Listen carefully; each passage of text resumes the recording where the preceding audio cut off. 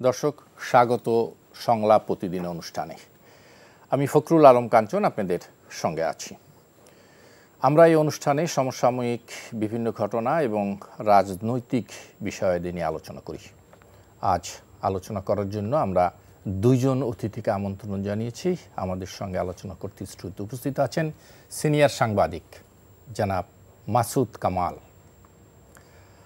আছেন জাতীয় নাগরিক পার্টির যুগ্ম আহ্বায়ক ডক্টর আতিক মুজাহিদ। স্বাগত আপনাদের দুইজনকেই। মাসুদ কামাল, আপনাকে দিয়ে শুরু করতে চাই। সমসাময়িক বিষয়াদি নিয়ে আমার বিবেচনায় 2 থেকে 3টি বিষয় আছে।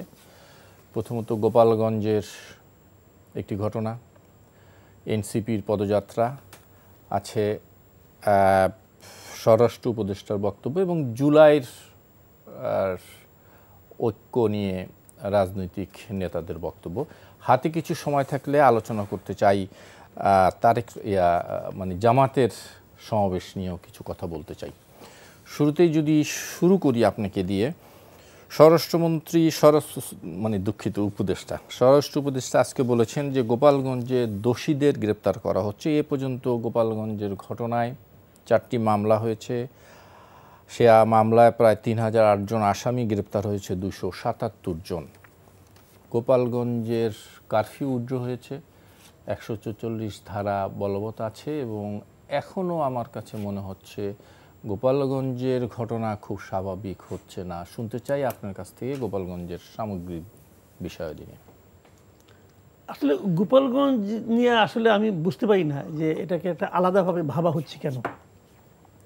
দেখেন, একটা পলিটিক্যাল পার্টি আওয়ামী লীগ, যার নাকি রাজনৈতিক কর্মকাণ্ড গভর্নমেন্ট নির্বাহী আদেশে নিষিদ্ধ করছে। আওয়ামী লীগকে পলিটিক্যাল পার্টি বলবেন? পলিটিক্যাল পার্টি তো আপনার ইলেকশন কমিশনকে আওয়ামী লীগের পলিটিক্যাল পার্টি হিসেবে তার নিবন্ধন স্থগিত করছে, কিন্তু বাতিল করে নাই। হ্যাঁ, স্থগিত করলো কেন? করছে, বাতিল করলো না কেন বলেন? বাতিল করলো না, আপনি বাতিল করেন না এই কারণে? না না, বাতিল তো ভাই বাতিল তারা স্থগিত করছে। কথাটা খেয়াল করেন, Awami League very much a political party, fascist political party. সেটা আপনি বলতে পারেন না, সেটা আদালত যখন বলবে তখন আমি বলবো। তার আগে বলবেন না? তার আগে আমি বলবো। তার আগে আপনার বিচার বিবেচনা নাই? না, আমি আওয়ামী লীগ বলতে শেখ হাসিনাকে বুঝি না। তাহলে আওয়ামী লীগ বলতে সারা দেশে আওয়ামী লীগের যে অসংখ্য নেতা কর্মী সমর্থক আছে আমি তাদেরকেও বুঝি। তাদেরকে বুঝেন এবং আমি বহুত আওয়ামী লীগেরকে চিনি যারা শেখ হাসিনাকে ঘৃণা করে, আগেও করতো এখনো করে। তারা আওয়ামী লীগ। একটা দলকে আপনি ভেনিশ করে দিবেন, আওয়ামী লীগকে কর্পূর উড়ে যাবো না, উড়ে তো যাবে না। আপনি কে আমার দলকে আপনি কে বলা? আমি বলার এইটা আপনি অথরিটি না? না, আমি অথরিটি না, কিন্তু আমি বুঝি যে একটি দলের প্রধান নির্বিচারে শত শত নিরীহ ছাত্রদের গুলি করে মেরেছে এবং তার কথা শুনে এদেশের আওয়ামী লীগের যুবদল, ছাত্রলীগ, আওয়ামী লীগের নেতাকর্মী অস্ত্র নিয়ে শত শত ছেলেদের উপরে হামলা করেছে। আপনি বলবেন যে এইটা পলিটিক্যাল পার্টি? অবশ্যই ভাই, আমি তো করি। আপনি একটা আমি বলি, আপনি বলবেন না। একটা লোক, আমি শেষ করি, একটা লোকও তো আমরা পাইনি যে অনুশোচনা করেছে আওয়ামী লীগের। খারাপ ইডিওলজিক্যালি আওয়ামী লীগ যেটা ধারণ করে, আমি বলি খারাপ লোক এই সেন্সে না। ইডিওলজিক্যালি আওয়ামী লীগ বাংলাদেশের আইডিওলজির সাথে যায় না। তারা বাংলাদেশ পন্থী তো না, তারা ইন্ডিয়ানকে সার্চ করে। তারা ভাই আপনার সঙ্গে আমি একমত না। জি জি কামাল ভাই, শুনতে বাংলাদেশ পন্থী না যখন বলেন আপনি, বাংলাদেশ যাদের হাত দিয়ে তৈরি তারা বলছেন বাংলাদেশ পন্থী না। বাংলাদেশ পন্থীকে আপনার কাছে নতুন করে ডেফিনিশন শিখতে হবে। বাংলাদেশের হাত দিয়ে মানে বাংলাদেশের মানুষ, 7 কোটি মানুষ, তারাই আন্দোলন করেছে। এখানে আওয়ামী লীগ ক্রেডিট নিয়েছে। বাংলাদেশের ভাই গাইড ধরেন, আপনারা এখন ক্ষমতায় আছেন, গাইড ধরে অনেক কিছু করতেছেন। চট্টগ্রামে গেছেন, আপনার হোটেলের সামনে ডগ স্কোয়াড দিয়ে পরিষ্কার করা হয়, যে 2টা ফ্লোরে থাকবেন 2 ফ্লোরে কেউ থাকতে পারবে না, ওগুলি করা হয়, দেখতেছি তো এগুলো। এটা আপনারা ক্ষমতা আছেন, 2 দিন পরে যখন নতুন গভর্নমেন্ট আসবে আপনি যেটা বলছেন এটা সত্যতা, এটা সত্যতা না। ডেইলি স্টার খবর দেখেন, আমরা রংপুরে গিয়ে আমরা ফ্লোরিং ছিল, রংপুর আলাপাতেন, চট্টগ্রামের কথা বলেন, সব 1-2টা জায়গার এক্সেপশনাল দেখে, যেখানে চট্টগ্রামের কথা বলেন, 1-2টা জায়গায় চট্টগ্রাম শহরে, চট্টগ্রামে এখনো তো পৌঁছায় নাই, রাঙ্গামাটি থেকে চট্টগ্রাম রওনা হয়েছে কামাল ভাই। ভাই হোক, বাট চিটাগাং মেট্রোপলিটন পুলিশ কি করছে? ছবি দেখছি আমি, ডেইলি স্টার নিউজ হইছে। কি করছে? যে হোটেলে থাকবে তারা, সেই হোটেলের সামনে ডগ স্কোয়াড স্পটে করা হয়েছে, করার পরে তারপরে যে 2টা ফ্লোরে থাকবে, সেই 2 ফ্লোরে তারা এবং পুলিশ আইন শৃঙ্খলা রক্ষাকারী বাহিনী ছাড়া আর কেউ থাকতে পারবে না। এই নিরাপত্তার ব্যবস্থা যদি করে, তা আপনারা এত পিত্তি জলে এই কারণে এই পার্টির এখন নিবন্ধনই হয় নাই। নিবন্ধন না হয় 144টা পার্টি আছে, তারা যদি করে তাদের এরকম করবে ভাই? মানে তাদের এক মিনিট, তাদের সমাবেশে কি ওরকম রামদানিয়া অস্ত্র নিয়ে হামলা করেছে কামাল ভাই? রামদানিয়া অস্ত্র নিয়ে হামলা করেছে গোপালগঞ্জে। হ্যাঁ, ওখানে যাওয়ার আগে আপনি কি করছেন? আপনি চিটাগাঙে আপনি কি করছেন? আমার মনে হয় আমি একটু শুনি আপনার কাছ থেকে। শুনান, আমাকে থামায়েন না।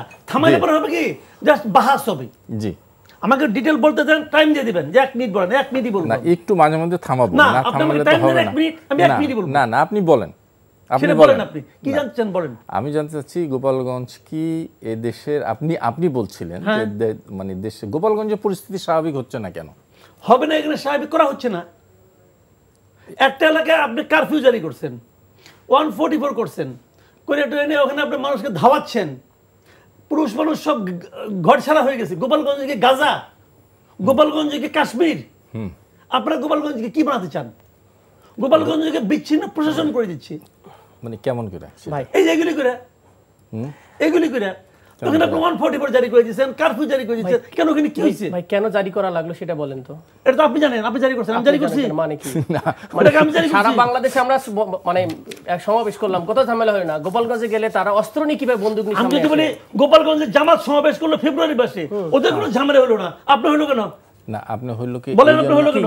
মানে আমাদের তো হয় নাই।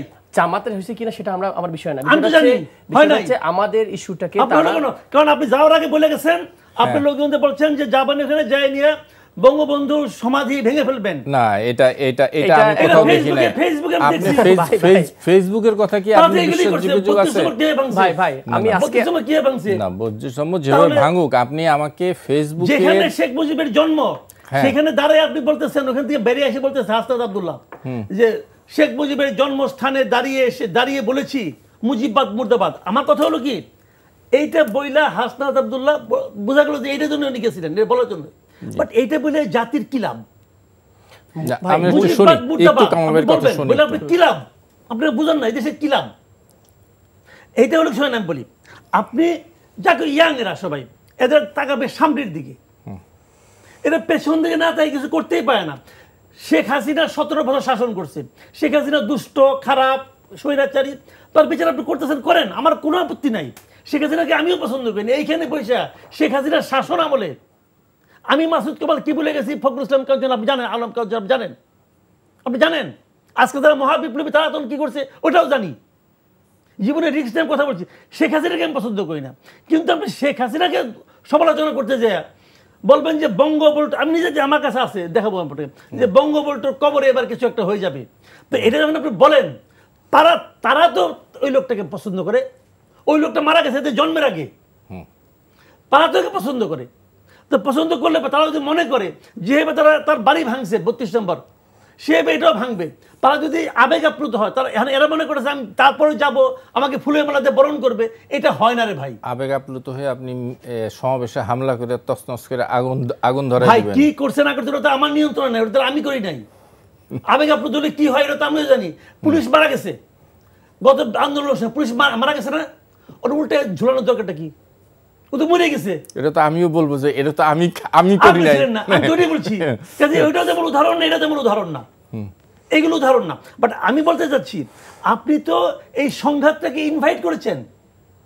কেন ইনভাইট করেছেন তাও আমি জানি ভাই। এটা সত্য না, এই ইনভাইট করা হয়েছে নির্বাচনটাকে পিছিয়ে দেওয়ার জন্য। না না ভাই, আর কিছু না, এটা অসত্য ভাই। আমরা কেন ইনভাইট করতে যাব সংঘাতকে? আমি একটু শুনি, নির্বাচনকে পিছিয়ে দেওয়ার জন্য। আতিক মুজাহিদ বলেন।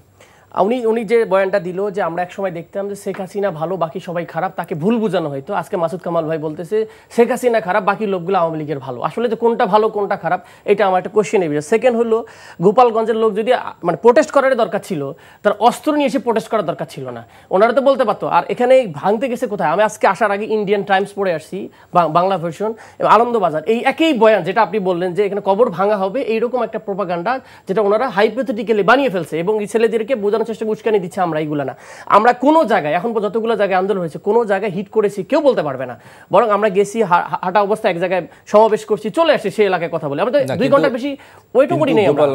গোপালগঞ্জে আপনারা অন্য সব জায়গায় বললেন পদযাত্রা, গোপালগঞ্জে ঢোকার আগে মানে কর্মসূচি দিলেন মার্চ ফর গোপালগঞ্জ। কেন এই কর্মসূচি চেঞ্জ করলেন, কেন নামটা চেঞ্জ করলেন কেন? মার্চ ফর আমাদের পদযাত্রাই ছিল, মার্চ ফর হয়তো কেউ লিখতে পারে, আমার জানা নাই, যদি লেগে থাকে সেটা এই জন্য করেছে যে গোপালগঞ্জটা আসলে স্বাধীন হয় না, ওনাদের আন্ডারস্ট্যান্ডিং ছিল এরকম যে গোপালগঞ্জের দিকে খেয়াল রাখেন, যে কোনো সময় তার অঘটন ঘটাতে পারে। যেমন ছাত্রদলকে এর আগে মেরে ফেলছিল আপনার এবং বিএনপির এক নেতা স্বেচ্ছাসেবক দলের তার মাকে, সে মায়ের সাথে দোয়া করার জন্য গিয়ে সে কিন্তু মৃত্যুবরণ করছে তার একজন সহকর্মীকে। সুতরাং এই জায়গাটাতে খুবই ডেঞ্জারাস এই লেভেলের এই লোকজন, এবং সারা দেশে উনি যেটা বলে সারা দেশে সব মনে করে তারা সেফ হোম, তাদের মনে করে যে এই জায়গাটা গোপালগঞ্জ। তা ঠিক আছে, সেফ হোম করেন থাকেন, কিন্তু এইভাবে সে অস্ত্র নিয়ে গুলি করে একটা সমাবেশ ভাঙতে হবে এবং তাড়ানো করে পুলিশ কিন্তু কোনো ফাংশন করতেছিল না। খেয়াল করেন আমাদের নেতাদেরকে পুলিশ ফাংশন করতেছিল না, এবং তারা আত্মঘাত করতেছে। নেতাদেরকে তো গার্ড দিয়ে শেষ পর্যন্ত নিয়ে আসছে সেনাবাহিনী, আমি বলি পুলিশ সব নিয়ে আসছে। ওনারা যেভাবে বলে বেনজিরের ভাষায় যে আমার 90% পুলিশ হচ্ছে আমার আন্ডারে এখনো আছে, ওনারা যে কিভাবে মনে করে যে পুরো বাংলাদেশ তো আওয়ামীকরণ করা হয়েছে, ওনারা তো বিশ্বাস করতে রাজি না যেখানে আওয়ামীকরণ, সেখানে তাদের বাবার মাজার যেটা যেভাবে হোক, তো ওটা ভাঙার জন্য যাবে কেন মানুষ? এই ধরনের আন্ডারস্ট্যান্ডিং তৈরি করে এটাকে জাস্টিফাই করার চেষ্টা করা হচ্ছে। তো জাস্টিফাইটা করা উচিত না, যেটা অন্যায় সেটা অন্যায়কে বলতে হবে। কিভাবে ওনারা গুলি করে সব নেতাকে মেরে ফেলতো, তখন কি আমরা বলতাম হ্যাঁ খুব মানবতা খুব খারাপ হয়েছে, ধ্বংস করে ফেলো? না, প্রোটেকশন হিসেবে আগে এটা করা উচিত না। যে কেউ তার সমাবেশ করতে পারে, আমরা তো গিয়ে তো ভাঙি নাই, ভাঙলে বলতে পারতেন না তোমরা ভাঙছো কেন, তোমাদেরকে এই জন্য তোমাদেরকে হত্যা করা হয়েছে বা গুলি করা হয়েছে। সে জায়গা থেকে আমার কাছে মানে গোপালগঞ্জ ইস্যুটা খুবই কমপ্লিটলি তারা অফেন্সিভ খেলছে। ডিফেন্সিভ খেললেও তো যে আমাদেরকে কেউ মারতে আসছে আমরা প্রোটেকশন দিয়েছি, কোনো জায়গায় টাচ হয়নি, even not a single hit করা হয়েছে। এটা একটা জাস্ট পদযাত্রা। তো সেই জায়গাটাকে আমাদেরকে দেখানো হচ্ছে গোপালগঞ্জে তোমরা গেছো কেন, এটা তোমাদের দায়ভার, সরকারের দায়ভার, তোমার সরকার জানা সত্ত্বেও কেন তোমাদেরকে প্রোটেকশন দিল না। বিষয়টা এরকম না। মার্চ ফর গোপালগঞ্জ হোক আর মার্চ ফর খুলনা হোক, সমস্যা তো নেই, মার্চ তো মানে হাঁটাই, যেদিকেই হাঁটুক, কিন্তু আপনাকে তো হিট করে নাই, কারণ আপনি জাস্টিফাই করে বলেন তোমাদেরই দোষ। শুরুতেই আপনাদের ইন্টেনশন ছিল যে গোপালগঞ্জে যাব, একটা বিরাট কিছু করে ফেলবো, এরকম একটি মানে ধারণা চেতনা নিয়েই যেন গেছে না, এইরকম কোনো ইন্টেনশন ছিল না আমার কাছে যেটা মনে। আমাকে এটাকে ইন্টেনশনালি বানানো হচ্ছে, এবং এই যে ইন্টেনশনাল আরেকটা জিনিস কিছু বুদ্ধিজীবী আমাদের ভাইদের টাইনে নিয়ে এসে দেখছে সব জায়গায় ইলেকশন ঢুকায় দেয়, যে ইলেকশন মনে হয় পিছানোর জন্য গোপালগঞ্জের ইস্যু ঘটানো হয়েছে। কেন এটা করা হবে? এটাকে দুই পার্সপেক্টিভে দেখেন। আওয়ামী লীগ নিষিদ্ধ ঘোষিত হওয়ার পর কার্যক্রম নিষিদ্ধ, ছাত্রলীগ আক্রান্ত করছে কারা? ছাত্রলীগের নেতারা। যে কটা ছবি দেখেছেন বন্দুক দ্বারা, কারা ছিল? উনি বলছেন নিষিদ্ধ ঘোষিত না, আওয়ামী লীগের যেটা অংশটা, সেই অংশটা তো গুলি করতে এসেছে। ওই জায়গায় জয়েন্ট সেক্রেটারি, ওখানকার সাধারণ সম্পাদক, তাদেরকে অ্যারেস্ট করা হয়েছিল, তারাই তো গুলি করেছে এসে, 3-4 জন তো বড় বড় রাইফেল দিয়ে গুলি করতেছে। তো এটাকে আপনি কিভাবে দেখবেন? কোনোভাবে এটা সন্ত্রাসী কার্যক্রম ছাড়া কি দেখি না। সেখানে আওয়ামী লীগের সব লোক ভালো, তাহলে গোপালগঞ্জের লোকগুলোকে আওয়ামী লীগ না? আওয়ামী লীগের সব লোক ভালো বলে নাই, আওয়ামী লীগের ভালো লোক আছে বলছে। খারাপ ভালো লোক তো সব জায়গায় আছে। আমি যেটা বলি যেটা হচ্ছে মিনিমাম রিগ্রেট যদি থাকতো। আমি একদিন আমার কাছে একজন এসে আমি বললাম যে ভাই একটা লোক দেখান, এর আগেও বলেছি, একটা লোক দেখান যে রিগ্রেট করছে মিনিমাম, যে এতগুলো লোক হত্যা করা হলো এবং নির্দেশ দিয়েছে সে ভিডিওটা অডিওটা ফাঁস হওয়ার পরও মিনিমাম কি কাটিসি জাগে না? অন্য বাকিগুলো কি মানুষই নেয় নাকি বাংলাদেশের মানুষ? তো সে জায়গা থেকে আমার কাছে মনে হয় এটা খুবই একটা ন্যাক্কারজনক ঘটনা ঘটেছে, যে মানুষের উপর আন্দোলনের শক্তি মানুষজনকে সেগুলোকে গুলি করে হত্যা করার চেষ্টা করা হচ্ছিল। জি মাসুদ কামাল ভাই, কেন গোপালগঞ্জ এরকম একটা অনেক গুলি হয়েছে না আওয়ামী লীগের লোকজন করছে, ওইগুলিতে আহত হয়েছে কয়জন? 5 জন যে মারা গেছে, এগুলি কালগুলিতে মারা গেছে, কালগুলিতে মারা গেছে, এটা মানে নিশ্চিত না। তো নিশ্চিত না করে কবর দিলেন কেন? কবর দিলেন তো আপনি, আপনি কবর দিলেন কেন? এই জিনিসটা গভর্নমেন্ট বলছে ওদের ছিনিয়ে নিয়ে গেছে, এবং যারা মারা গেছে 2 জনের ফ্যামিলি মেম্বারের কথা শুনলাম, ডাক্তাররাই বলছে যে নিয়ে যাও, এখন আমাদের এটা ময়নাতদন্ত হবে না। আমি তো পত্রিকায় পড়লাম না ভাই। হ্যাঁ, ময়নাতদন্ত ছাড়াই মানে ছাড়াই দিয়েছেন। তারপর ময়নাতদন্ত করতেন, দেখতেন গুলি কে করছে, কি গুলি লাগছে, ধারণা তো পাচ্ছেন একটা আপনি, গুলি কে করছে, গুলি মানে হয় আইন শৃঙ্খলা রক্ষাকারী বাহিনী গুলিতে মারা গেছে, বড় বড় বন্দুক তো নিয়ে আসছিল ওরা, ওই গুলিতে আহত হয়েছে কে? না, এটা আপনি এখন এগুলি ভাই শুনেন, এগুলি ওই ভিডিও দেখে ওইটা দেখে আপনি বুঝবো না, কারণ কি হয়েছে আজকাল তো ভিডিও মনে করেন এআই দিয়ে অনেক কিছু হয়ে যায়, ওগুলি বলতে চাচ্ছি না। বাট প্রমাণটা হলো কি জিনিসটা দেখেন, আমি তো একটা ভিডিও দেখলাম আর্মি গুলি করতেছে, যাদের গুলি করে তারা দৌড়ে পালাচ্ছে, আর্মিদের থেকে গুলি করা মারা নাকি ছত্রভঙ্গ করা? ছত্রভঙ্গ করা না, যদি আপনাকে মারতে আসে, মারতে ওরা যখন পলায় তখন মারতে আসে কেমন পিছনে ধরে? যদি মারতে কেউ আসে আর কি, পলায় কি না? ছবি দেখলাম, আপনি দেখছেন, সেটা ঠিক আছে, আপনাকে আমার এই ছবি ভুল হইতে পারে, আমি অস্বীকার করি না, যা দেখি তা দেখি না, আমি সব দিকে বলতেছি কথাগুলো। শুনেন, একচেটিয়া কথা বললে ভাই হবে না, ঠান্ডা মাথায় জিনিসটা বুঝতে হবে যে আপনি একটা জায়গায় যাচ্ছেন, এই যে 4 জন লোক 5 জন লোক মারা গেল, এদের মৃত্যু নিয়ে এ পর্যন্ত কারো কোনো শোক প্রকাশ করে দেখছেন? এরা দেশের নাগরিক না? জি। তো এদের ব্যাপারে আপনি কি সিদ্ধান্ত বলেন তো দেখি? কেউ শোক প্রকাশ করছে? কি এনসিপি, কি গভর্নমেন্ট, কেউ শোক প্রকাশ করছে? এই জন্য আমি বলি যে গোপালগঞ্জকে আপনারা কি গাজা বানাতে চান কিনা, এই প্রশ্নটা এখন মানুষের মনে আছে। বলেন গাজার সাথে এটা তুলনা করা তো প্রশ্ন আসে না ভাই, কি বলেন এটা? না, ওটা 2 অক্ষরের, এটা একটু বেশি অক্ষর, এটা পার্থক্য আছে। এইভাবে হয় নাকি? গাজাতে ব্রুটালিটি মানে মানুষ সমূলে 5 জন লোককে মারছে, আপনারা কোনো শোক প্রকাশ করছেন? আপনি বলি শুনেন, আপনারা কোনো শোক প্রকাশ করছেন 5 জন লোকের জন্য? শোক প্রকাশ, এই 5 জন লোককে এই দেশের নাগরিক না? এই জন্য তাদের ময়নাতদন্ত হওয়া দরকার। আবার আপনি যেটা বলছেন ময়নাতদন্ত হোক, দেখি আমি বলি আপনারা তো ওই লোকগুলো আবার তো নিয়ে গেছেন। কমল ভাই যেভাবে বলতেছিলেন যে আসলে সব লোকগুলো যারা ছিল খুবই অনেস্ট মানুষজন এসেছিল, যারা আসলে নিরস্ত্র, যে এখানে নিরস্ত্র টাইপের মানুষজন এসেছে না, তাহলে কি, তাহলে যারা যেগুলো আসে সেগুলো অবশ্যই ইন্টেনশনালি এসেছে আক্রান্ত করে এই লোকগুলোকে ভেনিশ করে দেওয়ার জন্য, যারা বাংলাদেশকে ফেসিবাদ মুক্ত করার চেষ্টা করেছিল। আপনি দেখেন প্রথমে ইউনোর গাড়ি হামলা করা হয়েছে, এরপর পুলিশের গাড়ি ভাঙা হয়েছে, ইভেন এসপির বাসায় যে যখন আশ্রয় নিচ্ছিল এসপির বাসায় ভাঙা হয়েছিল, এবং ডিসির, আমি যতটুকু জানি ডিসির বাংলাতে যখন ঢুকেছিল, মানে ফুল কমপ্লিটলি আইসোলেট করে করে লোকজনকে হত্যা করারই প্ল্যান ছিল বেসিক্যালি। তো কেউ যদি হত্যা করার জন্য ইন্টেনশনালি আসে, সেখানে ডেফিনেটলি সে জায়গাতে কি ঘটেছে আমরা আসলে পিওরলি জানি না। সুতরাং অনাকাঙ্ক্ষিত যে ঘটনাগুলো ঘটেছে এটার জন্য অবশ্যই বাংলাদেশের মানুষকে কি করা উচিত, এগুলো শিক্ষা নেওয়া উচিত, এইভাবে যেন না হয় বাংলাদেশে কোথাও। আমরা রাজনৈতিক মতাদর্শে ভিন্ন থাকতে পারে, আমি এই দিক দিয়ে মাসুদ কামাল ভাই যেটা বলতেছিলেন, ইয়েস ডেফিনেটলি মানুষ হিসেবে মানুষের প্রতি আমাদেরকে অবশ্যই সমন্বিত থাকতে হবে। আমরা তো আসলে হিংস্র প্রাণী না, বাঘিটা আমরা বাঘ সিংহ মারামারি করতেছি।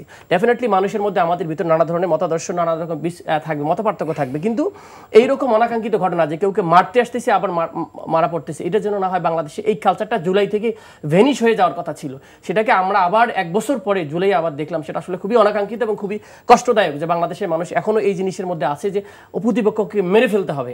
এবং আমরা এনসিপির পক্ষ থেকে বলতেছি, এনসিপির কোনো ইন্টেনশন ছিল না কোনো মানুষকে হার্ম করা, ক্ষতিগ্রস্ত করা। এটা আমাদের দলীয়ভাবে কোনো মানুষকে এখন পর্যন্ত আমরা হিট করি নাই। এবং আমি কতদিন কথা বলতেছিলাম যে আমাদের হওয়া উচিত ছিল যে, আমি খুব পজিটিভ দেখতেছিলাম যে এখনো পর্যন্ত রাজনৈতিক দলগুলোর মধ্যে মারামারি হয় নাই গত 1 বছর, যেটা হওয়ার কথা মিনিমাম লেভেলেরও হয় নাই, হাতাহাতিও হয় নাই, খুবই কম রেয়ার হয়েছে। নিজস্ব দলের মধ্যে বিএনপি মারামারি হয়েছে, এটা একটা ভালো হয়েছে। কিন্তু আপনারা বিভিন্ন স্থানে গিয়ে বিএনপির বিরুদ্ধে কথা বলছেন। না, পলিটিক্যালি খেলা, পলিটিক্সের ক্ষেত্রে আপনার বিভিন্ন জন বিভিন্ন বক্তব্য দিবে, এটা তো একটা আপনার সাথে দ্বিমত থাকবে। কক্সবাজারে গিয়ে আপনারা একজন মানে বিএনপির একজন একদম স্থায়ী কমিটির সদস্য, খুবই স্বনামধন্য একজন রাজনীতিবিদের বিরুদ্ধে আপনি যেটা বলছেন সেটার সাথে আমি একমত হয়ে বলছি। ভাষার ক্ষেত্রে আমাদের সংযত হওয়া উচিত। ঠিক একই পরিবারে ডারবি নাসির বলা হয়, যখন নগদ নাহিদ বলা হয়, যখন চিলড্রেন পার্টির নেতা বলে আব্বাস সাহেবের মতো সিনিয়র পলিটিশিয়ানরা বলে, তখন কিন্তু খুবই দুঃখজনক। গয়েশ্বর সাহেব যখন বলে যে এইসব সংস্কারকে কুসংস্কারের দল যেগুলো আছে এরকম বলে, সেগুলোই কিন্তু কষ্টদায়ক। তার মানে হচ্ছে আমরা সবারই সংযত হওয়া উচিত, সেক্ষেত্রে আমার কোনো দ্বিমত নাই। আমরা ছাত্র হিসেবে অনেক সময় আমাদের ভুল হতে পারে, কিন্তু সিনিয়র পলিটিশিয়ানও কি আচরণ করবে?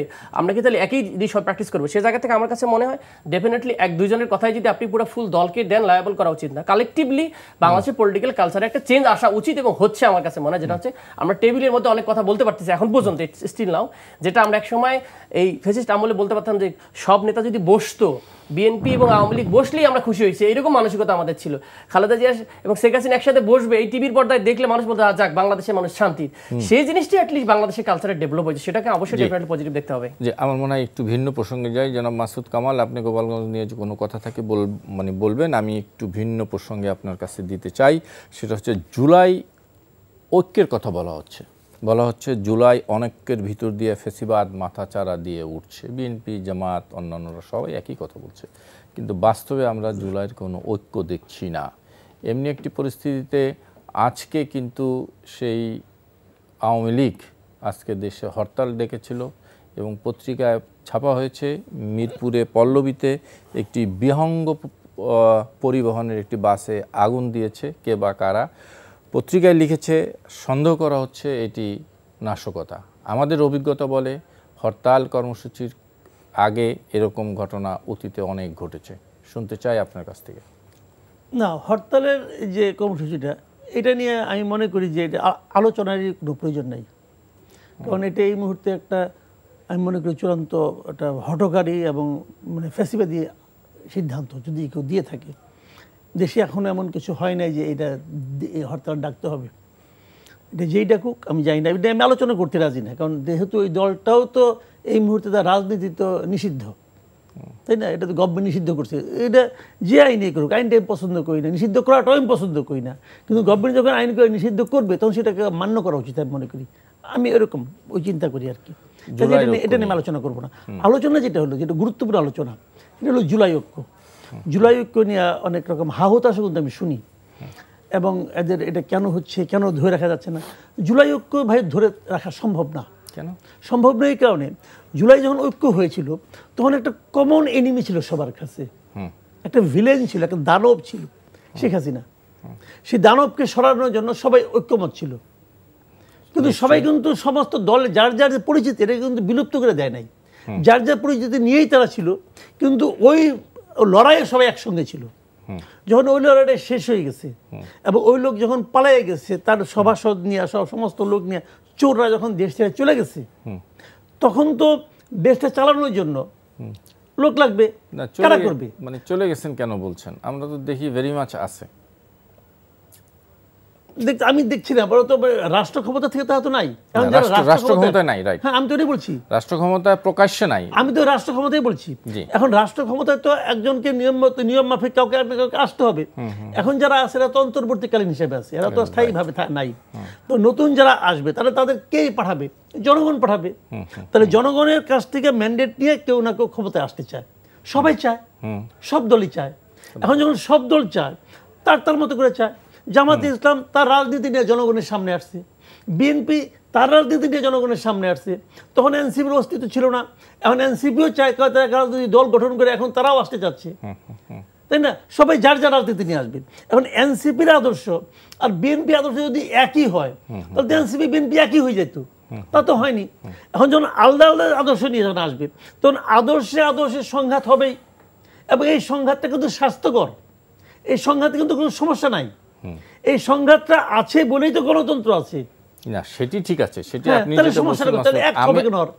আমার কথা হলো যে জুলাইয়ের যে চেতনা, সেখানে একমত হতে পারছি কিনা। জুলাইয়ের চেতনা খুঁজেন না, এক চেতনার নামে 15 বছর দেখছি কি করছে।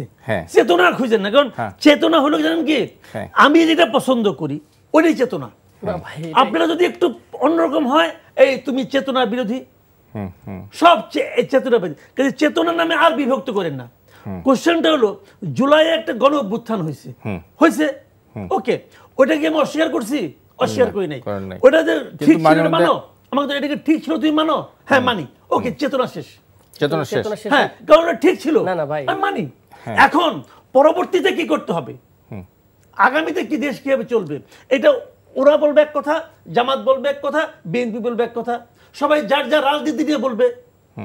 কাজে ওখানেও সবাইকে এক হইতে হবে। এটা যদি আপনি প্রত্যাশা করেন বাংলাদেশের মাটিতে, এটা ইহকালে হবে না। জি, আতিক মুজাহিদ, ঐক্যটা হচ্ছে না কেন? বাধা কোথায়? ঐক্য বেসিক্যালি তো আমরা দুই ধরনের ইস্যু আছে। আমি পার্সপেক্টিভ বলি, ভাইয়ের কথা থেকে শুরু করি। ভাই যেভাবে বললো যে এই একটা আন্দোলন হয়েছে শেষ, মানে রিজিম চেঞ্জ, বেসিক্যালি একটা হ্যান্ড ওভারতে আরেকটা জায়গায় চলে যাবে, দ্যাট শুড নট বি, এবং এটার জন্য হয়নি। প্যারাডাইম শিফট, আমরা বলছি নতুন বন্দোবস্ত। আগে যে সিস্টেম ছিল, অনেক আপনারা বলছেন 53 বছর ধরে দেশকে আপনি বৈষম্য করবেন, সাম্য করবেন, এই করবেন, গণতন্ত্র মানুষের জন্য রাজনীতি করবে, যেটা বলছেন সেটা এখন করতে হবে, বা কিছু একটা চেঞ্জ নিয়ে আসতে হবে। যদি চেঞ্জ না হতো তাহলে তো জুলাই সনদের কথা আসতো না। তার মানে একটা সামাজিক সোশ্যাল কন্ট্যাক্টের দিকে আমরা আসতেছি, কিন্তু এটা 166টার মধ্যে প্রায় 100টার মধ্যে কাছাকাছি হয়ে গেছে। কীভাবে বলতেছেন জুলাই ঐক্য হয়নি? অ্যান্ড জুলাই ঐক্যটা দুইভাবে হয়। একটা হচ্ছে ইডিওলজিক্যাল, ভাই যেটা বলছে, একটা চেতনাকে, চেতনা মানে সবসময় খারাপভাবে 71 চেতনা আর আপনি 47 চেতনা, বাংলাদেশে যেটা হয়েছে ইসলাম ভার্সেস বাঙালিজম, এই জন্য তো ঝামেলাটা হয়েছে। জুলাইটা একটু ইউনিক, এটা কোনো ব্যক্তি বা দলের গোষ্ঠীর সাথে না, এটা সবার। কারণ 47 এবং 71-এ যে আন্ডারস্ট্যান্ডিং, আকাঙ্ক্ষা ছিল মানুষের, সেটা সম্মিলিত রূপের নাম হচ্ছে জুলাই। জুলাই এই মানুষ 53 বছর ব্যর্থ, 78 বছর ব্যর্থ হয়েছে, সুতরাং তারা এখন এই জিনিসটা চাচ্ছে। এই জন্য জুলাইয়ের একটা ফ্রেমওয়ার্ক ডিফারেন্ট আমার কাছে মনে হয়। জুলাইটা হচ্ছে সবাই মিলে বাংলাদেশ, হিন্দু মুসলিম বৌদ্ধ খ্রিস্টান নাস্তিক আস্তিক সবাই ডান বাম সবাই মিলে কিন্তু জুলাই আন্দোলন করছে।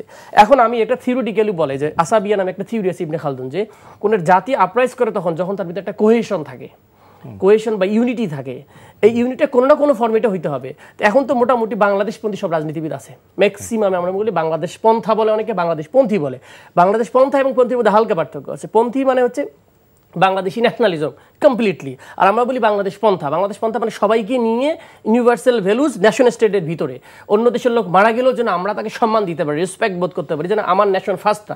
এইটা হচ্ছে বাংলাদেশ পন্থা, যেটা জুলাই অভ্যুত্থান আমাদের সবাইকে নিয়ে শিখেছে, দলিত হরিজন থেকে কওমি মাদ্রাসার স্টুডেন্ট সবার অংশগ্রহণ আছে, এবং এটাকে নিয়ে কেউ কামড়াকামড়ি করে না, সবাই এটাকে চেতনা ধারণ করে।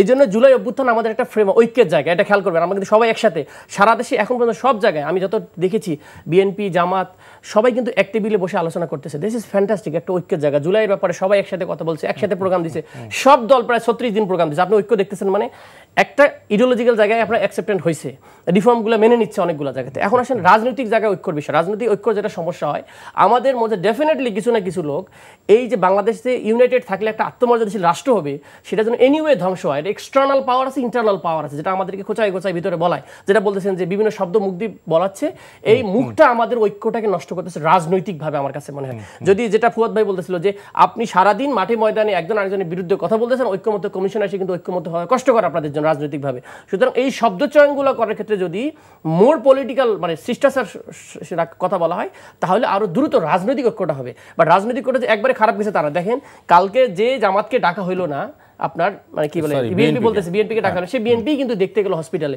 This is fascinating. তার মানে আপনি কি বলছেন ঐক্য নাই? ডেফিনেটলি ডিফারেন্সের মধ্যেই তো আমাদের প্রতি ইউনিটি থাকতেছে। তো আমার কাছে মনে হয় একটা সার্টেন স্টেজে আমাদের এখন ইউনিটি আছে, জুলাই আমাদের এখন একত্রিত করে রাখতে পারতেছে। কিন্তু এটাকে যদি সনদে ডিক্লারেশন দিয়ে আমরা সবাই মিলে কমিটমেন্ট দিতে পারি, তাহলে আমরা পরবর্তী দেশের ফ্রেমওয়ার্কটা ওইটার উপর কথা কাজ করতে পারবো। জি, মাসুদ কামাল ভাই যা বললো জুলাই বিষয়ে আপনার কোনো কথা আছে কিনা? না, উনি ওনার অবজারভেশন থেকে বলছে। আমি মনে করি শুনুন, জুলাই সনদ বলতে যেটা বলতে যাচ্ছে, জুলাই ঐক্য, এই জিনিসটা আসলে এরকম না। এখন যেটা যে আমি কিন্তু জুলাই সনদের প্রয়োজনীয়তা অনুভব করি, আমি করি। হ্যাঁ, আমি কেন করি সেটাও বলছে যে জুলাই সনদ হবে, কিন্তু মানে কনস্টিটিউশনের মধ্যে এই জুলাই সনদ আইনগতভাবে ইয়া হবে না। কনস্টিটিউশনের মধ্যে আসা তো কোনো দরকার নেই। খবর কি বলেন? কেন কনস্টিটিউশনের মধ্যে আইন ছাড়া কিছু দরকার নাই? যদি আপনি এটা আমি এরকম করলাম যে আমার একটা জমি আছে, আপনাকে দিলাম, যে মাসুদ কামাল জমি দিলাম, কিন্তু কিন্তু কিন্তু দলিল দিলাম না। আমার তো মানে অদ্ভুত লাগে ভাই। যখন আওয়ামী লীগ আমলে, বলি আমরা আওয়ামী লীগ আমলে যখন বঙ্গবন্ধুকে কনস্টিটিউশনের মধ্যে ঢুকাই দিল, ওনার নামে কিছু বলা যাবে না, ঢুকাই দিল, তখন ওটার কনস্টিটিউশনই থাকে না। কনস্টিটিউশন দেশ কিভাবে চলবে সারা দুনিয়ায় দেখেন, আপনি আমেরিকা কনস্টিটিউশন দেখেন তো, আমেরিকা কোনো একটা ঘটনার কথা উল্লেখ আছে? সেটা তো ভাই এখন জুলাইয়ের সনদ, এটা কনস্টিটিউশন পার্ট অফ কনস্টিটিউশন হবে কেন ভাই? এটা তো ভাই শাসনতন্ত্র ভাই হবে না, কেন হবে না? হওয়া উচিত না, একটা ঘটনা তো হতে পারে না।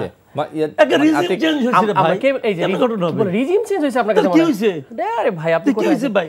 আপনারা কি চেঞ্জ করছেন বলেন তো? রিজিম চেঞ্জ হয়েছে, কি চেঞ্জ করে? আপনাদের কয়জন নেতার গাড়ি বেরিয়ে হইছে, আর কি চেঞ্জ করছেন বলেন? আপনারা কোথা কোন নেতার গাড়ি বেরিয়েছে বলেন তো ভাই? ভাই মানুষ মানে আপনারা যেভাবে বলেন ভাই, যেভাবে আমি বলি ভাই, এক নেতা 3 মাসে 107টা পাঞ্জাবি পড়ছে। আপনি কে বললো? আপনি সেটা নিয়ে আপনি আসেননি, আপনি খুব ফ্যাকচুয়াল কিছু। আমি বলি ভাই, সনদ যদি আমার মানুষ বাংলাদেশের মানুষ, আমি এটা ক্লিয়ার করি ভাই, সচিবালয়ে টের পাবে কি চেঞ্জ। আমি বলি প্রক্লেমেশন আর ডিক্লারেশন, মানে সনদ চার্টার, এটার মধ্যে অনেক বাংলাদেশের মানুষের একটা আন্ডারস্ট্যান্ডিং। ডিক্লারেশন ইভেন আপনি দেখেন, যখন শেখ মুজিব সাহেব মরার পরপরইতে ক্ষমতা যখন নিছিল, কে নিছিল? আমাদের মোস্তাক সাহেব। সাথে সাথে একটা ডিক্লারেশন করেছেন, আর্মিরাও একটা ডিক্লারেশন দিয়েছিল কিন্তু, যে আমরা এখন থেকে এটা জারি হইলো, পরিপত্র বলে এটাকে, আমরা পরিপত্র দিয়ে শুরু করলাম যে এখন থেকে এইটার সাথে যেটা সাংঘর্ষিক সেটা আইন হিসেবে মানা হবে না, সেই সংবিধান মানা হবে না। এটা একটা ঘোষণা, এটা ডিক্লারেশন সরাসরি, যেহেতু আমরা ক্ষমতা এসেছি সুতরাং এইগুলা অ্যাকসেপ্ট থাকবে, এইগুলো বাদ হয়ে যাবে কনস্টিটিউশন থেকে। আর যখন আমরা সনদ বলতেছি, ঐক্যমত্যের ভিত্তিতে আমরা সবাই মিলে এগ্রিমেন্ট হচ্ছি যে বাংলাদেশের আগামী দিনে আমরা এটা বাস্তবায়ন করব। মানে কেন থাকতে হবে? যদি লিগ্যাল ভিত্তি না থাকে, তাহলে আপনাকে এই কনস্টিটিউশন দিয়ে মেরে ফেলে বলবে তোমার তো কোনো লিগ্যালিটি নেই, তুমি এই কনস্টিটিউশন ভায়োলেশন করছো। 106 নম্বরের বলে অ্যাডভাইজারি, এটাকে বলে অ্যাডভাইজারি, আপনার যেটা বলে 106 নম্বর ধারায়, যে রাষ্ট্রপতি আপনার কি করতে পারবে, আপনার সুপ্রিম কোর্টের কাছে পরামর্শ উপদেষ্টা স্বরূপ একটা মন্তব্য নিয়েছে, বা একটা কাউন্সিল নিয়েছে যে এই গভর্নমেন্টটাকে কতদিন রাখা যাবে, ফিজিবিলিটি আছে কিনা, আমরা অ্যাকসেপ্ট করতে পারি কিনা, জননিরাপত্তার প্রশ্নে বা জনস্বার্থে কথাটা আছে, এটার জন্য নিছে। সেটার জন্য একটা গভর্নমেন্ট ফর্ম হয়েছে, কয়েকদিন পরে বলে ইনভ্যালিড গভর্নমেন্ট, আপনার কিসের জন্য না, আপনার কনস্টিটিউশনে মেলে না। তখন এই আন্দোলন, এই গভর্নমেন্ট, এই যারা আছে সব ইনভ্যালিড, সুতরাং লিগ্যালি কোনো বেসমেন্ট নাই। এটা যে আন্দোলন হয়েছে, রিজিম চেঞ্জ হয়েছে, উনি বলছে যেটা আমরা বলছি অভ্যুত্থান, সেটা লিগ্যাল কোনো কিছু নাই। এখন ওনার যেটা বলছে একটা রেফারেন্স পয়েন্ট দিয়ে দেয় যে আমরা একটা আন্দোলন হয়েছে, কনস্টিটিউশন রেফারেন্স পয়েন্ট, এটা আমরা এই জন্য বলছি যে নতুন কনস্টিটিউশন দরকার ছিল, এই জন্য বলেছি গণপরিষদ দরকার ছিল, এই জন্য বলেছি যে নতুন বাংলাদেশের ফ্রেমওয়ার্ক। একটু শুনি কামরুল ভাই, শুনেন ভাই বলি আপনার কথা, যে জিনিসটা বলতেছেন ওটা ঠিক আছে, এই জিনিসগুলো হতে পারতো, সেই ট্রেন আপনি মিস করছেন। হতে পারতো কীভাবে, এরা দায়িত্ব নিয়েই, এই ইউনূস সাহেব দায়িত্ব নিয়েই প্রথমেই করতো কি সংবিধানটাকে স্থগিত করে দিত। সংবিধানকে স্থগিত করে যা কিছু করতো সবই ভ্যালিড হইতো, এবং তারপরে আপনি এটা রেটিফাই করে নিতেন। তারা কিন্তু সেই আগের সংবিধানের আলোকেই সব কিছু করছেন। আগের সংবিধানের আলোকে কীভাবে গেল, ওই সংবিধানে যা যা লেখা আছে সব মেনে কিন্তু এরা শপথ নিচ্ছে। এই শাহাবুদ্দিন চুপ্পুর কাছে নিচে তো রে ভাই শপথটা শাহাবুদ্দিন চুপ্পুকে শপথ দিচ্ছে আমরা এই সংবিধানকে সমুন্নত রাখবো, এই শপথটা নিচ্ছি। শপথ রাখছে কেউ? সমুন্নত কেউ রাখে নাই। মানে কেন রাখে নাই? মানে কি সংবিধানের কত কিছু আছে মানে না? এটা তো আগেও হয়েছে ভাই, বা আগে হলে আগেও মানে নাই। হ্যাঁ, আগে একটা ভুল, আগে একটা অন্যায় দেখে আপনি পরে ভুলটাকে জাস্টিফাই করবেন? তা তো করবেন না। নিশ্চয়ই। আমি এই আলাপটা করছি। তো এখন যে জিনিসটা নাকি ফরহাদ মাজার বলছে, ফরহাদ মাজারকে আমি পার্সোনালি কিন্তু খুব একটা পছন্দ করি না, কিন্তু তার ওই কথাটা কিন্তু জাস্টিফাইড ছিল। উনি বলছে তোমরা এই সংবিধান নিয়ে বসে আছো কেন? তোমরা বঙ্গভবনের চুপ্পুর কাছে কেন গেছো এই করার শপথ নেওয়ার জন্য? না, এটা নিয়ে তো বিতর্ক আছে কামাল ভাই, যত এটা নিয়ে এখন বলছেন আবার দেখেন, কাজেই সময়ের প্রয়োজনে সংবিধান ইমম্যাটেরিয়াল।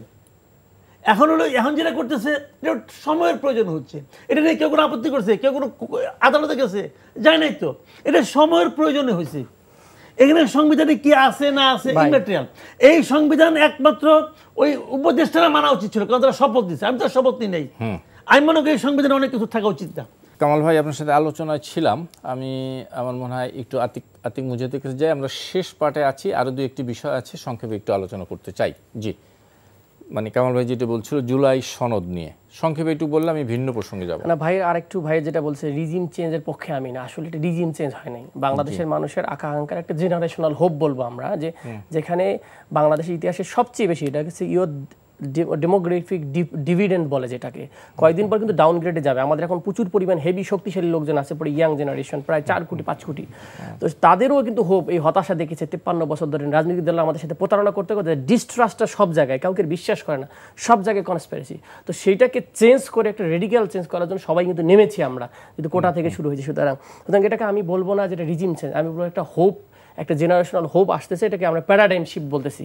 ঠিক আছে, সেকেন্ড হলো জুলাই সনদটা ডেফিনেটলি লাগবে। আমরা তো চাই যে জুলাই প্রক্লেমেশন হোক, যে নতুন একটা বাংলাদেশ তৈরি হোক, 2.0 হোক। আমরা আর ওই ওল্ড সিস্টেমটা দেখতে দেখতে টায়ার্ড হয়ে গেছি, কারণ আমরা মিথ্যা কথা বলবো, ক্যামেরার সামনে সুন্দর সুন্দর কথা বলবো, আবার বিপরীতটা কাজটা করবো, যেটা কামাল ভাই অফ ইয়ারে বলতেছিল, যে যেটা বলতেছেন ওটা ওই দল তো করবে না এই জিনিসগুলো, কারণ তাদের স্বার্থের সাথে তারা হচ্ছে রাজনীতিতে তারা গেইন করার জন্য অনেকে এসেছেন, সবাই না।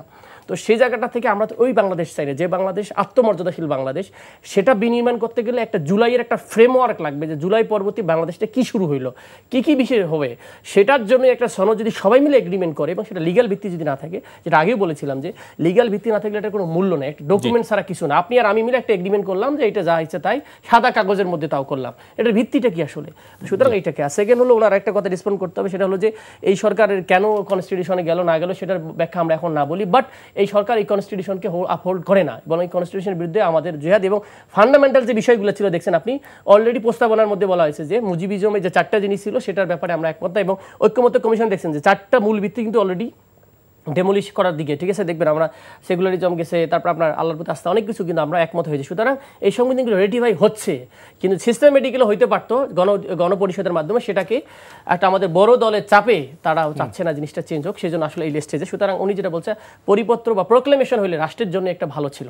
জি, যারা মাসুদ কামাল, আপনি এই বিষয়ে ছোট্ট করে একটু বললে আমি একটু ভিন্ন প্রসঙ্গে যেতে চাই। আমি দরকার নাই, আমি প্রশ্নটা আপনার কাছে রাখছি। আপনি বলছিলেন যে নির্বাচন পিছানোর জন্যই একটি ঘটনার কথা উল্লেখ করছেন, গোপালগঞ্জের ঘটনা।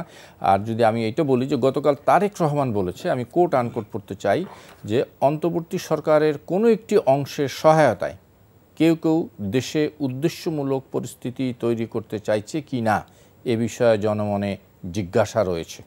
বিভিন্ন মহলে প্রশ্ন উঠেছে, এই সরকারের পক্ষে আদৌ নির্বাচন অনুষ্ঠান সম্ভব কি না, শুনতে চাই আপনার কাছ থেকে। তারেক রহমান সাহেব কথাবার্তা খুব সতর্কভাবে বলেন, আমি কয়েকদিন ধরে অনেকদিন ধরে খেয়াল করছি। উনি খুবই সতর্ক, উনি কিছুই বলেন নাই না, কিন্তু অনেক কিছু বলেছেন, অনেক কিছু বলেছেন। রাইট। উনি বলেছেন, আপনি বলছেন, আমি তো বলি নাই, অনেকে বলে, সেটা আমি বলছি, জনমনে প্রশ্ন আছে, জনমনে প্রশ্ন আছে। কিন্তু উনি খুবই কেয়ারফুলি শব্দ চয়ন করেন, আমি দেখেছি। এটা ভালো, একটা মানে আপনার বড় রাজনৈতিক নেতার এটা বৈশিষ্ট্য হতেই পারে। আমি নিজে আবার সরাসরি বলতে পছন্দ করি, সরাসরি শুনতেও চাই সবার কাছ থেকে।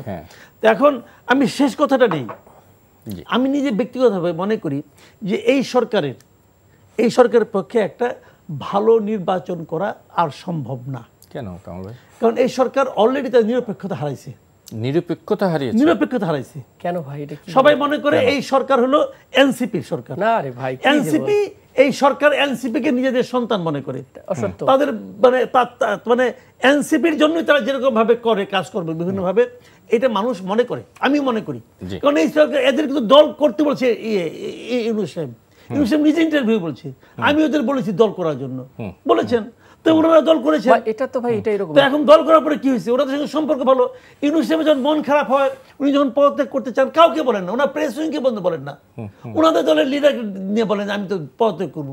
তো বোঝাই যায় যে এটা হলো ইউনূস সাহেবের দল, হলো এনসিপি। যখন এনসিপি যদি নির্বাচন করে, যদি এনসিপি নির্বাচন করে, তাহলে এই দলের পক্ষে এই সরকারের পক্ষে একটা নিরপেক্ষ নির্বাচন করা সম্ভব না।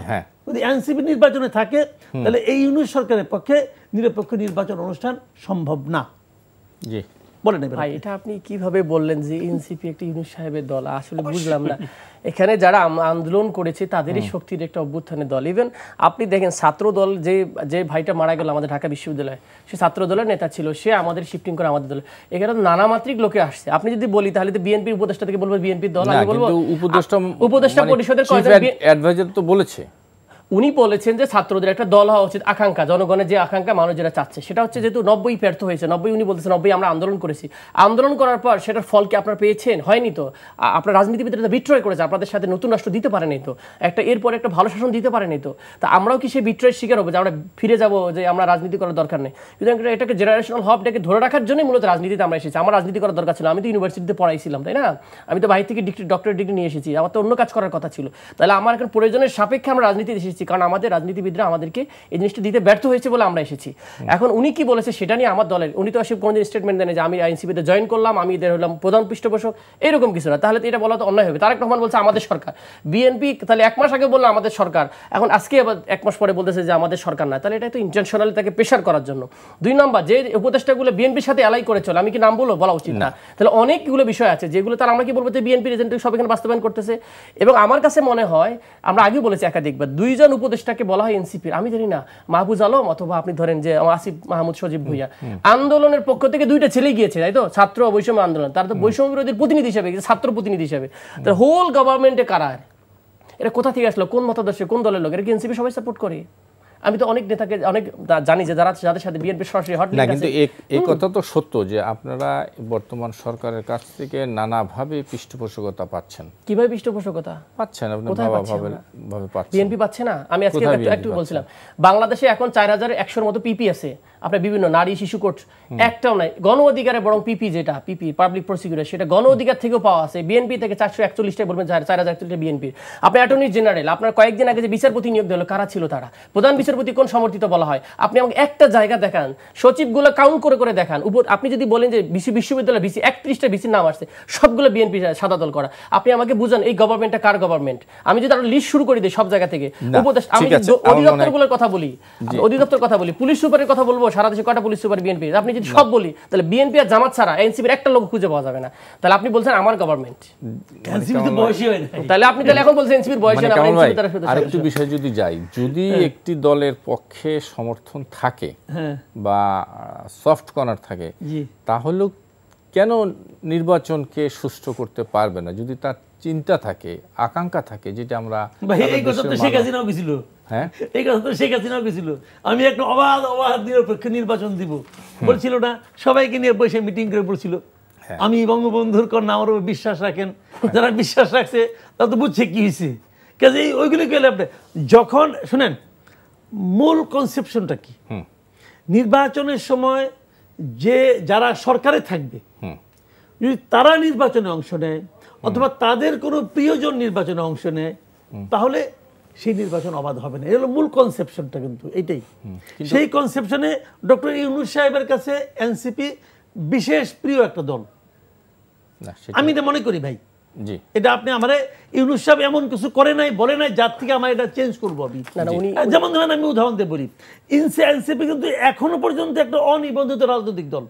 জি, আজকে তো হ্যাঁ তাদের চিঠি দেওয়া হয়েছে, 83 দলকে চিঠি দিয়েছে, নথিপত্র দিতে বলছে, নিবন্ধন তো দেয় না এখনো। না, দেয় নাই। এখনো একটা অনিবন্ধিত দল হিসাবে এনসিপি যে পরিমাণ প্রোটেকশন এবং রাষ্ট্রীয় সুযোগ সুবিধা পাচ্ছে, এটা বাংলাদেশের ইতিহাসে আর কোনো দল কখনো পায়নি। নিবন্ধনের প্রশ্ন নাই তো, একটা রাজনৈতিক দল না, যে কোনো ব্যক্তিকেই প্রোটেকশন দেওয়া, নিরাপত্তা দেওয়া, আরেকটা উদাহরণ দেখেন না ভাই, আমি একটু বলি ভাই, বাংলাদেশে গত 11 মাসে আরেকটা উদাহরণ দেখেন না ভাই, একটা সিঙ্গেল উদাহরণ দেখেন না আপনি আমাকে, আমি একটু বলি ভাই, দেখেন না সিঙ্গেল উদাহরণ। জি বলতে চাও ভাই, নির্বাচন সহি হওয়ার জন্য ভাই অন্য জায়গায় গেছে, নির্বাচন সহি হওয়ার জন্য লাগে ইনস্টিটিউশনাল ক্যাপাসিটি। উনি ওই জায়গায় হাত না দিয়ে পুলিশ, এটা আইন কমিশনার, আপনি তো নির্বাচন কমিশনার কোন ভার্সনে কথা বলে, কোন আগবাড়িয়ে কথা বলে, কোন দলের সমর্থক সবাই বলে আর কি, এটা আমি না গেলাম। উনি বরং উল্টাতে আমরা উল্টো কথা বলতে পারি যে তাদের কারণে অনেক কিছু আমাদের নিবন্ধন দেওয়ার জন্য ডিস্টার্ব করতে পারে, আমি যে যাবো না। 2 নম্বর হচ্ছে প্রোটেকশনের কথা বললেন যে আমাদেরকে প্রোটেকশন, আমি তো বলি অভ্যুত্থান, যে অভ্যুত্থানের শক্তিগুলো আসলে আপনাদেরকে, যে ছাত্রগুলো আপনাদেরকে বসালো, তাদের তো আরো রিহেবিলিট করা দরকার ছিল। আপনারা তো বরং ওদেরকে প্রোটেকশন কেন, ওদেরকে মেরে ফেললে আপনারা খুশি হচ্ছেন, এরকম একটা অবস্থা। উনি বলছেন ছাত্ররা আমাকে বসিয়েছে, ওই সময় তো ভাই ছাত্র আন্দোলন মনে কি সব দল মিলেছিল, আপনি কেন ক্রেডিটটা সব এনসিপিকে দিতেছেন? এখন বলতে জুলাই চেতনা, জুলাই চেতনা তো সবারই নেওয়ার কথা ছিল, তাহলে আপনি কেন সব এনসিপিকে দিয়ে দিয়েছেন? এটা আপনারা তো রং গেমে আছেন, কারণ এই আন্দোলন শিবির ছিল না, এই আন্দোলন ছাত্রদল ছিল না, এই আন্দোলন বিএনপি ছিল না, জামাত ছিল না। তাহলে আপনি যদি সবার হয়, সবার ঐক্যমত্য সরকার কিন্তু ভেটেড হয়ে গেছিল, তখন আপনারা সবাই এসে অ্যাকনোলেজ করছিলেন যে প্রধান উপদেষ্টার নেতৃত্বে ঠিক আছে। এখন এসে আপনি বলতেছেন, আমি বলতে চাচ্ছেন এই আন্দোলনের সম্মুখ সারির অনেকে একটা রাজনৈতিক দল করছে, নাম হলো আপ বাংলাদেশ। না সবাই করে নাই, এক অংশ বেরিয়ে, হ্যাঁ মানে ওনারা যেরকম এক অংশ, ওখানে ক্ষুদ্র অংশ বেরিয়েছে, বাট ওরা তো সম্মুখ সারি ছিল। হ্যাঁ ছিল। ওরা পায় এই প্রোটেকশন, ওরা কোনো কিছু করছে? আমি কোনো পত্র পত্রিকায় কিছু দেখিনি, একটা প্রেস কনফারেন্স করা ছাড়া তারা রাজনৈতিক কোনো কর্মসূচিতে এখনো পর্যন্ত অংশ নিয়েছে বলে আমি জানি না। শুনে নেন, রাজনৈতিক প্ল্যাটফর্ম, সবাই রাজনৈতিক দল করেন, রাজনৈতিক প্ল্যাটফর্ম করেন, যা ইচ্ছা তাই করেন, কিন্তু আপনি যে কথাটা বললেন যে প্রত্যেকটা নাগরিকেরই অধিকার আছে প্রোটেকশন পাওয়ার, যে মাত্রার প্রোটেকশন ওনাদেরকে দেওয়া হচ্ছে। যেমন চট্টগ্রাম গেছে, বললাম তো 2টা হোটেলে 2টা ফ্লোর ফাঁকা করে ফেলা হচ্ছে না, ওরা থাকবেন এখানে। কামাল ভাই, এইটা কেন রে ভাই, কেন? ওনারা তো জনগণের মাঝখান থেকে উঠে আসছে, জনগণের সঙ্গে থাকবে, সমস্যাটা কি? জনগণ তাদের প্রোটেকশন দিবে, প্রবলেমটা কি? জনগণ প্রোটেকশন কোন সময় দেয় না। বিএনপি যখন যাচ্ছে পুরো ফ্লোর ফাঁকা করে দিচ্ছেন না, সেটি করছে না, কিন্তু আপনার তাহলে এখানে বোঝা যাচ্ছে এই দলটা সরকারি সাপোর্ট। না ভাই, একটা কথা বলি, বাংলাদেশে জামাত ইসলামের আমিরও গেলেও সে কিন্তু গিয়ে সার্কিট হাউসে ওঠে। বিএনপি যদি কোনো নেতা যায় কোনো জেলা পরিষদ সার্কিট, আমরা তো সার্কিট হাউস পর্যন্ত ইউজ করি না, গভর্নমেন্টের যেটা একটা আছে না সার্কিট হাউসে থাকা নিরাপত্তার জন্য, আমরা যে কোনো জায়গায় এসে আপনি এখন পর্যন্ত প্রায় 40টা জেলা ঘোরা হয়েছে, আপনি আমাদের কাছে ওপেন তো আছে এনএসআই ডিজিএফআই, বলেন যে আমরা কোন কোন জায়গায় গিয়ে সরকারের সুবিধা নিয়ে এখন পর্যন্ত আমরা পথসভা করেছি। আমি তো রংপুর বিভাগের দায়িত্বে ছিলাম, রংপুর বিভাগে কোথায় থেকেছে কোথায় খেয়েছে, আমি তো আমাদের এক ভাইয়ের বাসায় তাদের খাইয়েছি এবং তাদেরকে আমি স্টে করতে পর্যন্ত দিইনি কোনো জায়গায় সরকার কোনো জায়গায় স্টে করেনি। সুতরাং 1-2টা জায়গায়, এবং ওটা বলছেন চিটংয়ে আসলে থাকবে ডগ স্কোয়াড দিয়ে, আমরা তো থাকিও না, তাতে আপনি বলতেছেন যে এত সুবিধা নিছে, একটা সুবিধা তাও তো নেয়ও না, এবং সেটা ভাড়া দিবে কিনা সেটাও কোশ্চেন ছিল। যেমন এই জিনিসগুলোকে না জেনে হুট করে একটা লেভেল, আমি তো এনসিপি দল দিচ্ছি না, আমি দল দিচ্ছি গভর্নমেন্টের। আপনি গভর্নমেন্টকে এই গভর্নমেন্ট নির্বাচন করতে পারবে না, আমি তো এনসিপি কথা বলি না ভাই। এই গভর্নমেন্ট কেন নির্বাচন করতে পারবে না? তাহলে গভর্নমেন্টের অ্যাটিটিউড দেখা, ওইটা তো ফাঁকা করছে গভর্নমেন্ট, এনসিপি করে নাই, গভর্নমেন্ট তো করছে। আমি ওইটাই তো বলছি যে গভর্নমেন্টের আচরণ দেখে বোঝা যাচ্ছে যে এরা এদেরকে বিশেষভাবে প্রোটেকশন দিচ্ছে। আরেকটু যদি নির্বাচন বিষয়ে যদি আরেকটু কথা বলি, যে প্রশাসন কি নিরপেক্ষ থাকবে, আপনার কি মনে হয়? শুনেন, প্রশাসন সেই আচরণটাই করবে যা ওই সময় গভর্নমেন্ট চাইবে। শুধু কি গভর্নমেন্ট যা চায় সারা জীবন তাই হবে, বা নাকি আমার অভিজ্ঞতা যা দেখছি, জি গভর্নমেন্ট যা চায় প্রশাসন তাই করে। নির্বাচনে একটি দল যদি নিশ্চিত বিজয়ের পথে থাকে, যদি আগাম বোঝা যায়, প্রশাসন কি তারপরও গভর্নমেন্টের পক্ষে থাকবে? নিশ্চিত বিজয় তো ভাই অনেক পরের কথা না ভাই, এটা ইলেকশন তো নিশ্চিত বিজয় আপনি কয় বুঝবেন? ইলেকশনের দিন বুঝবেন না, তার আগেও বোঝা যায়। তার আগে গভর্নমেন্ট বললাম তো ভাই, গভর্নমেন্ট তো 91, 96, 2001, 2008 এই সময় কি হয়েছে? এই সময় গভর্নমেন্টে যারা ছিল না। তারাও কিন্তু আপনার 2008 থেকে একটু একটু কিন্তু টিল্টিং ছিল, কিন্তু এর আগে গভর্নমেন্ট যা চাইছে গভর্নমেন্ট নিরপেক্ষ ছিল, যে আসে আসুক, যে আসছে আসছে। কিন্তু আপনার তারপরে যে নির্বাচনগুলি হয়েছে এখানে গভর্নমেন্ট চাইছে আমরা আসবো।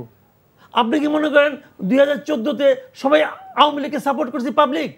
করে নাই ভাই, পাবলিক করে নাই। তাহলে 2014 নির্বাচন 18 নির্বাচন নিয়ে আমার মনে হয় কথা বলা খুব একটা আমাদের ওটা তো নির্বাচনই হয়, নির্বাচনই হয় না নিশ্চয়ই। আমি একটু ভিন্ন প্রসঙ্গে যাই, আতিক আপনি এটা শেষ করলে আমি একটু ভিন্ন প্রসঙ্গে যাব। শেষ করে দিই। সেটা হচ্ছে যে ভাই, আমি কামাল ভাই বারে বারে কেমন জানি এই গভর্নমেন্টটাকে গতানুগতিক গভর্নমেন্টের মতো যেন একটা দলীয় সরকার ক্ষমতায় এসেছে এবং এনসিপির মনে হয় সরকার, এবং এই সরকারের মেন কাজ যে এনসিপিকে জয়লাভ করানোর মতো যা করা দরকার তাই করতে হবে, প্যাটার্নাইজ করতে হবে, এইরকম একটা পারসেপশন উনি ক্রিয়েট করার চেষ্টা করছে এবং একটা রিজিম চেঞ্জের মাধ্যমে একটা সরকার এসেছে এবং সেটা হচ্ছে এনসিপির সরকার।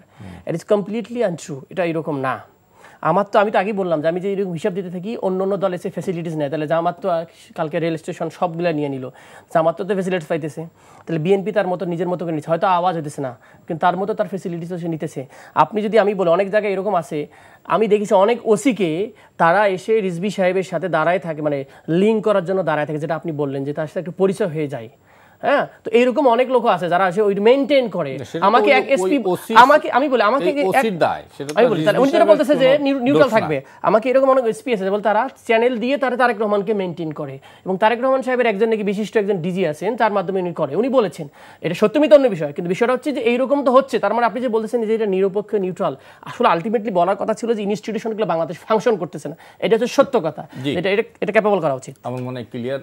যেন মাসুদ কামাল, আমরা একেবারেই শেষ পার্টে আছি, আমি একটু শুনতে চাইব, গতকাল জামাত রাজধানীতে একটি বড় শোডাউন করেছে, সমাবেশ করেছে, আপনার মূল্যায়নে এটার ইম্প্যাক্ট কি, রাজনীতিতে এর ইম্প্যাক্ট কি? রাজনীতিতে আমি মনে করি এটা একটা মানে একটা সুস্থ একটা ধারা আমি মনে করি, কারণ জামাত তার শক্তি দেখিয়েছে, সারা দেশে তাদের কি সমর্থন আছে না আছে দেখিয়েছে। আমি কয়েকটা জিনিস কিন্তু খুব লক্ষ্য করছি। একটা হলো জামাতের বিপুল সমাগম, এটা তাদের শক্তিমত্তা প্রকাশ করেছে তারা। দ্বিতীয়ত এই শক্তিটা ছিল সুশৃঙ্খল শক্তি, এত লোক আসছে কিন্তু কোনো বিশৃঙ্খলা কিন্তু হয়নি, এত লোক আসছে রাস্তাঘাটে যে খুব একটা মানুষ যে ভোগান্তির শিকার হয়েছে তাও কিন্তু হয়নি। আমার এই সুশৃঙ্খলতাকে জামাতে পছন্দ হয়েছে। 2 নম্বর, জামাত তার পলিটিক্সটা এখানে প্রকাশ করছে, সেই পলিটিক্সে তারা কি চায়, তারা যে পিআর পদ্ধতিতে ইলেকশন চায় এটা তারা স্পষ্টভাবে ওদিন বলছে, এটাই যাদের পলিটিক্স। আরেকটা কথা যে আমির সাহেব একটা কথা বলেছেন, জামাতের দিনে আমির ডক্টর শফিকুর রহমান, উনি অল্প সময়ে কথা বলেছেন কিন্তু তার মধ্যে খুব গুরুত্বপূর্ণ একটা কথা বলেছেন যে আমাদের আগামী আন্দোলন হবে দুর্নীতির বিরুদ্ধে।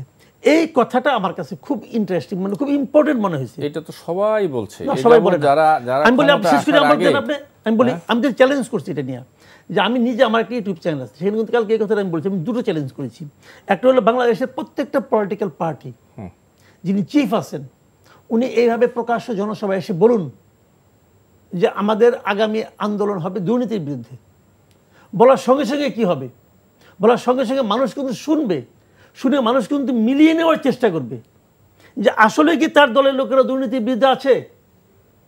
বলুন না, আমি তো চাই সবাই বলুন এই কথাটা, এটা আমার সবার জন্য চ্যালেঞ্জ। এবং সেই সঙ্গে আমার এটাও চ্যালেঞ্জ, আমি জামাতের এই বক্তব্যের পরে আমি সাধারণ মানুষকে রিকোয়েস্ট করব, আপনারা বলুন যে আপনাদের এলাকায় জামাতের কোনো নেতাকর্মী দুর্নীতির সঙ্গে জড়িত কিনা, সেই তথ্য আমাদেরকে দেন, আমরা ওনাদেরকে দেব। ভাই আপনি তো বলছেন কিন্তু পারছেন না, তো দিস ইজ চ্যালেঞ্জ। এবং এই চ্যালেঞ্জটা খুব ইম্পর্টেন্ট চ্যালেঞ্জ। এই চ্যালেঞ্জ করার মানে হলো জনগণকে আপনি এই বক্তব্যের সঙ্গে মিলে, বাংলাদেশের একটা লোক পাবেন না, সবাই বলবে আমাদের পলিটিক্সের মূল সমস্যা হলো করাপশন। তো করাপশনের বিরুদ্ধে যখন দলের শীর্ষ নেতা কথা বলেন দলের সর্ববৃহৎ মানে সমাবেশে, দ্যাট ইজ ইম্পর্টেন্ট। আমি তো বিএনপিকে চ্যালেঞ্জ করি, বিএনপি আগামীতে নিশ্চয়ই জামাতের এই সমাবেশের পরে একটা সমাবেশ করবে। আমি তো চাই যে বিএনপি সমাবেশের নেতা ওখানে উনি যদি তখন আসেন না, তো কেন আসেন না আল্লাহ জানে আর উনি জানেন, যদি উনি আসেন অথবা না আসেন উনি এই কথাটা বলুক যে আমি চ্যালেঞ্জ করছি আমাদের আগামী আন্দোলন হবে দুর্নীতির বিরুদ্ধে, এবং আপনাদের কাছে যে তথ্য আছে এটা আমাদের কাছে পাঠান, যারা দুর্নীতি করতেছে আমাদের বলুক উনি। আমরা এটা চাই, আমার কাছে এটা ভাই খুব ভালো লাগছে। আর একটা সাইড এটা বলি যে ওখানে কথা বলতে যে আমি সে পড়ে গেছেন, 2বার পড়েছেন, পরে বসেই বলেছেন, এটা নিয়ে আমি দেখেছি সোশ্যাল মিডিয়ায় অনেকে ট্রল করছে, অনেকে বলছে অভিনয়, অনেকে বলছে ওনাকে অভিনয় অস্কার দেওয়া উচিত। আমি ব্যক্তিগতভাবে মনে করি এই ধরনের প্রচার, এই ধরনের প্রচারণা এটা এক ধরনের বিকৃতি, একজন বয়স্ক লোক এতক্ষণ ওখানে ছিলেন, ওটা তো এসি ছিল না রে ভাই, গরমের মধ্যে অপেক্ষা করেছেন দীর্ঘ সময়, অনেকের বক্তৃতা শুনেছেন। এটা ফিজিক্যালি যে কেউ এরকম হতে পারে। এই জিনিসটাকে সহানুভূতির সঙ্গে সবার বিচার করা উচিত।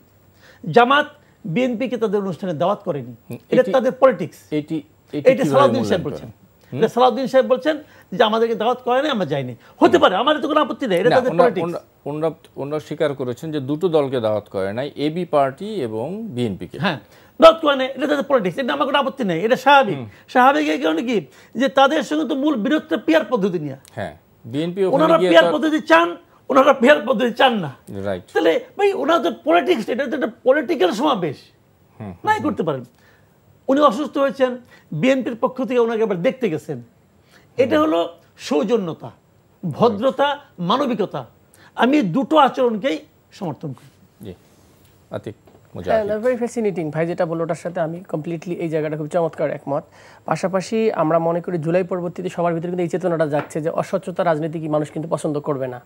আগের বস্তা বসা করাপ্টেড কথাবার্তা, দুর্নীতি নিয়ে বাংলাদেশ আগাবো, এই জিনিস চাঁদাবাজ নিয়ে আগাবো, এটা মানুষ কিন্তু আর চাবে না। এটা তো কেউ মানে সহসা বলে না, সব বলে না। আমাদের নেতারাও তো বলতেছে আমরা আমানত নিয়ে নিচ্ছি, আপনাদের যে আমানত সেটা আমরা রক্ষা করার চেষ্টা করবো। জুলাই আপনারা যে আমাদেরকে আমানত দিয়েছেন যে নতুন বাংলাদেশ গড়ার জন্য, সেটা আমরাও তো বলতেছি, নাহিদরাও তো রাস্তায় গিয়ে গিয়ে বলতেছে যে আমরাও এই আমানত রক্ষা করার চেষ্টা করবো।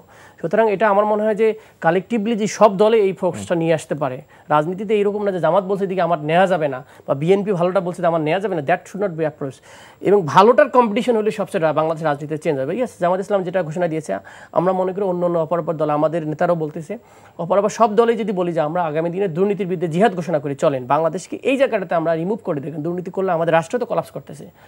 আমাদের 600টার মতো বাড়ি বানাইছেন আমাদের সাবেক এক মন্ত্রী, হ্যাঁ, সে লন্ডনে, দুবাইতে। এটা কি রাষ্ট্র নাকি? তো এরকম বুঝি সবগুলো মন্ত্রী হবে, 600টা করে বাড়ি বানাবে, রাষ্ট্র তো রাষ্ট্র থাকবে না, আমরা সবাই ফকির হয়ে যাব।